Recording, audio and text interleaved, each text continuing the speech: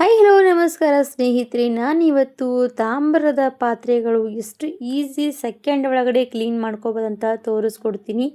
ಎಷ್ಟೇ ಗಲೀಜಾಗಲಿ, ಎಷ್ಟೇ ನೋಡಿ ಈ ಥರ ಕೊಳೆ ಆಗಲಿ, ಈಸಿಯಾಗಿ ಮತ್ತು ಉಜ್ಜೋದು ಬೇಡ, ತಿಕ್ಕೋದು ಬೇಡ, ಸೆಕೆಂಡ್ ಒಳಗಡೆ ಕ್ಲೀನ್ ಮಾಡ್ಕೋಬೋದು. ಹಾಗಿದ್ದರೆ ಈ ಮೆಥಡ್ನಲ್ಲಿ ನೀವು ಕೂಡ ಟ್ರೈ ಮಾಡಿದ್ರೆ ನೀವೇ ಆಶ್ಚರ್ಯಪಟ್ಟು ಬಿಡ್ತೀರ. ಇಷ್ಟು ಈಸಿ ಇದ್ದರೆ ಯಾವುದೇ ತಾಮ್ರ ಆಗಲಿ, ಹಿತ್ತಾಳಿ ಪಾತ್ರೆ ಆಗಲಿ ಸಲೀಸಾಗಿ ಕ್ಲೀನ್ ಮಾಡ್ಕೋಬೋದು. ನಾನಿವತ್ತು ತಾಮ್ರದ ಪಾತ್ರೆಯನ್ನು ಕ್ಲೀನ್ ಮಾಡಿ ತೋರಿಸ್ತಾ ಇದ್ದೀನಿ. ನೀವು ಇದೇ ರೀತಿಯಾಗಿ ಹಿತ್ತಾಳಿ ಪಾತ್ರೆ ಕೂಡ ಕ್ಲೀನಾಗಿ ಮಾಡ್ಕೋಬೋದು. ಮತ್ತೆ ಯಾಕೆ ತಡ ಮಾಡೋದು, ಇವತ್ತಿನ ಈ ಮೆಥಡ್ ನೀವು ಕೂಡ ಟ್ರೈ ಮಾಡೋರಿದ್ರೆ ಪೂರ್ತಿ ವಿಡಿಯೋ ನೋಡಿಕೊಂಡು ಹೋಗಿ.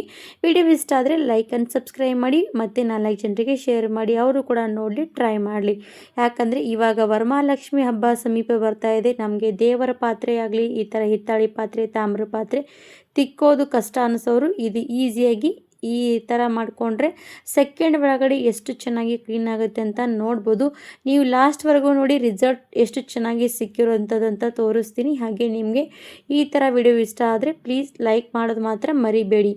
ನೋಡಿ, ಇದು ಭಾಳ ದಿನಗಳ ಕಾಲದಿಂದ ನಾನು ತಿಕ್ಕೇ ಇಲ್ಲ, ಅದಕ್ಕೋಸ್ಕರ ಇಷ್ಟು ಕೊಳೆಯಾಗಿರುವಂಥದ್ದು.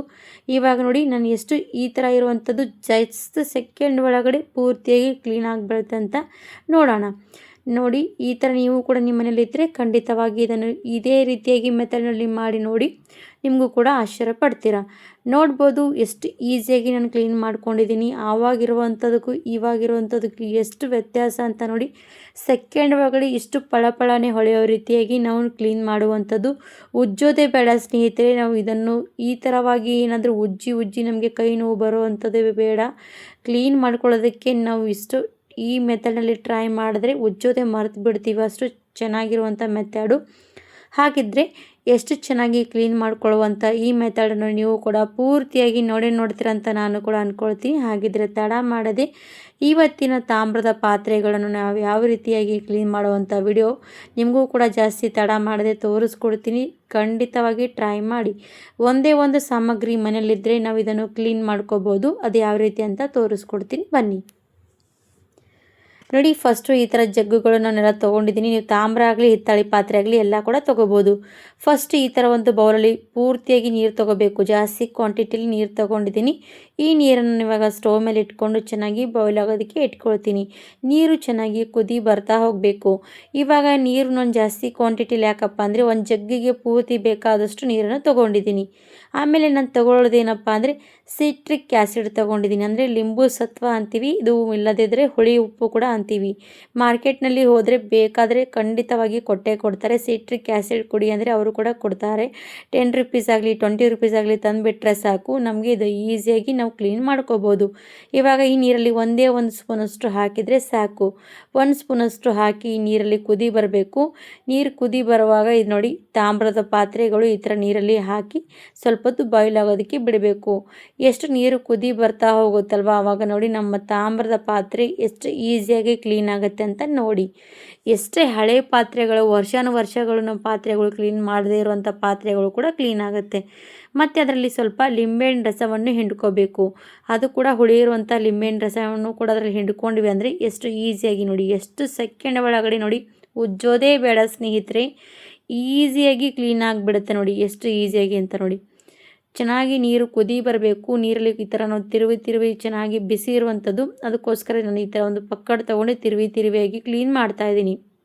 ನೋಡಿ, ಗ್ಲಾಸ್ ಎಷ್ಟು ಈಸಿಯಾಗಿ ಕ್ಲೀನ್ ಆಯ್ತು ಅಂತ. ಹಾಗೆ ಮೇಲೆ ಇರುವಂಥ ಜಗ್ಗಿನ ಮೇಲೆ ಮುಚ್ಚಳ ಕೂಡ ನಾನು ಹಾಕಿದ್ದೀನಿ ನೋಡಿ, ಅದು ಕೂಡ ತೋರಿಸ್ತೀನಿ ನೋಡಿ ಎಷ್ಟು ಈಸಿಯಾಗಿ ಕ್ಲೀನ್ ಆಗ್ತಾ ಇರುವಂಥದ್ದು ಅಂತ.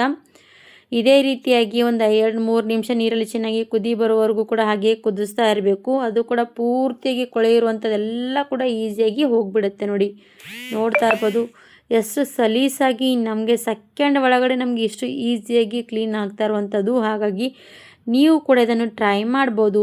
ನಾನಿವಾಗ ಗ್ಲಾಸ್ ತೆಗೆದು ಸೈಡಿಗೆ ಎತ್ತಿಟ್ಟಿದ್ದೀನಿ. ಮತ್ತು ಇದೇ ರೀತಿಯಾಗಿ ನೀರು ಬಾಯ್ಲ್ ಆಗ್ತಾ ಇರುವಂಥದ್ರಲ್ಲಿ ನನ್ನ ಜಗ್ಗು ಕೂಡ ಹಾಕ್ತಾಯಿದ್ದೀನಿ. ನೋಡಿ, ಜಗ್ಗಿ ಮೇಲಿರುವಂಥ ಕೊಳೆ ನೋಡ್ತಾ ಇರ್ಬೋದು, ಎಲ್ಲ ಕೂಡ ಹೋಗಿ ಎಷ್ಟು ಈಸಿಯಾಗಿ ಕ್ಲೀನ್ ಆಗ್ತಾ ಇರೋವಂಥದ್ದು. ಅಲ್ಲಿ ರಿಸಲ್ಟ್ ಕೂಡ ಕಾಣಿಸ್ತಾ ಇರ್ಬೋದು ನಿಮಗೆ. ಇದೇ ರೀತಿಯಾಗಿ ನಾನು ಏನು ಮಾಡಿದ್ದೀನಿ ಅಂದರೆ ಎಲ್ಲನೂ ಕೂಡ ಕ್ಲೀನ್ ಮಾಡ್ತಾಯಿದ್ದೀನಿ. ಇವಾಗ ನೀರನ್ನು ಸ್ಟವ್ ಆಫ್ ಮಾಡಿ ಒಂದು ದೊಡ್ಡ ಬೌಲ್ ತೊಗೊಂಡು, ದೊಡ್ಡ ಬೌಲಲ್ಲಿ ನಾನು ಇವಾಗ ಜಗ್ಗನ್ನು ಕ್ಲೀನ್ ಮಾಡ್ತೀನಿ. ನಿಮಗೆ ಇನ್ನೂ ಕೂಡ ಸ್ವಲ್ಪ ನೀರು ಜಾಸ್ತಿ ಕ್ವಾಂಟಿಟಿಯಲ್ಲಿ ಜಾಸ್ತಿ ಅಂದರೆ ಈ ಪಾತ್ರೆಗಳಿದ್ದರೆ ಜಾಸ್ತಿ ಕ್ವಾಂಟಿಟಿಯಲ್ಲಿ ನೀರು ತೊಗೋಬೇಕಾಗತ್ತೆ. ನೋಡಿ, ಈ ಥರ ನಾನು ಜಗ್ಗು ತಿರುವಿ ಈ ಥರ ಕ್ಲೀನ್ ಮಾಡ್ತಾ ಇದ್ದೀನಿ ನೋಡಿ. ಸೆಕೆಂಡ್ ಒಳಗಡೆ ನಾವು ಇದೇ ರೀತಿಯಾಗಿ ತಿರುವಿ ಒಂದು 5 ನಿಮಿಷದವರೆಗೂ ಕೂಡ ಇದೇ ರೀತಿಯಾಗಿ ಮಾಡ್ಕೋಬೇಕು. ಇವಾಗ ಸ್ವಲ್ಪ ದೊಡ್ಡ ದೊಡ್ಡ ಪಾತ್ರೆ ಇದ್ದರೆ ಸ್ವಲ್ಪ ದೊಡ್ಡ ಬೌಲ್ ತೊಗೊಂಡ್ರೆ ಬೆಟರ್ ಅನ್ಬೋದು. ಯಾಕಂದರೆ ನನಗೆ ಸಣ್ಣದ ಪಾತ್ರೆ ಅನಿಸ್ಬಿಡ್ತಿದ್ದು ನನಗೆ ತೊಗೊಂಡಿರೋಂಥದ್ದು. ಇವಾಗ ಸ್ವಲ್ಪ ಬಿಸಿ ಇರುವಂಥ ನೀರು, ಅದಕ್ಕೋಸ್ಕರ ಸ್ವಲ್ಪ ಕೇರ್ ಮಾಡಿಕೊಂಡು ಮಾಡಿ. ಯಾಕಂದರೆ ಸ್ವಲ್ಪ ಬಿಸಿ ಆಗ್ತಾ ಇರುವಂಥದ್ದು ನೀರು ಬಿಸಿ ಇರುವಾಗಲೇ ಮಾಡ್ಕೋಬೇಕು. ಇದೇ ರೀತಿ ಎಲ್ಲ ಕೂಡ ಕೊಳಕು ಎಲ್ಲ ಕೂಡ ಕ್ಲೀನ್ ಮಾಡ್ಕೊಂಡು ತೊಗೊಂಡಿದ್ದೀನಿ. ಎಷ್ಟು ಈಸಿಯಾಗಿ ನಮ್ಮ ಪಾತ್ರೆ ಕ್ಲೀನ್ ಆಯಿತು ಅಂತ ನೋಡ್ಬೋದು. ಇದ್ರೆ ವೀಕ್ಷಕರೇ, ನೀವು ಕೂಡ ಇದೇ ರೀತಿಯಾಗಿ ಪಳಪಳನೆ ನೋಡ್ತಾ ಇರ್ಬೋದು. ತಾಮ್ರದ ಪಾತ್ರೆ, ಹಿತ್ತಾಳು ಪಾತ್ರೆ ಕ್ಲೀನ್ ಮಾಡ್ಕೋಬೋದು.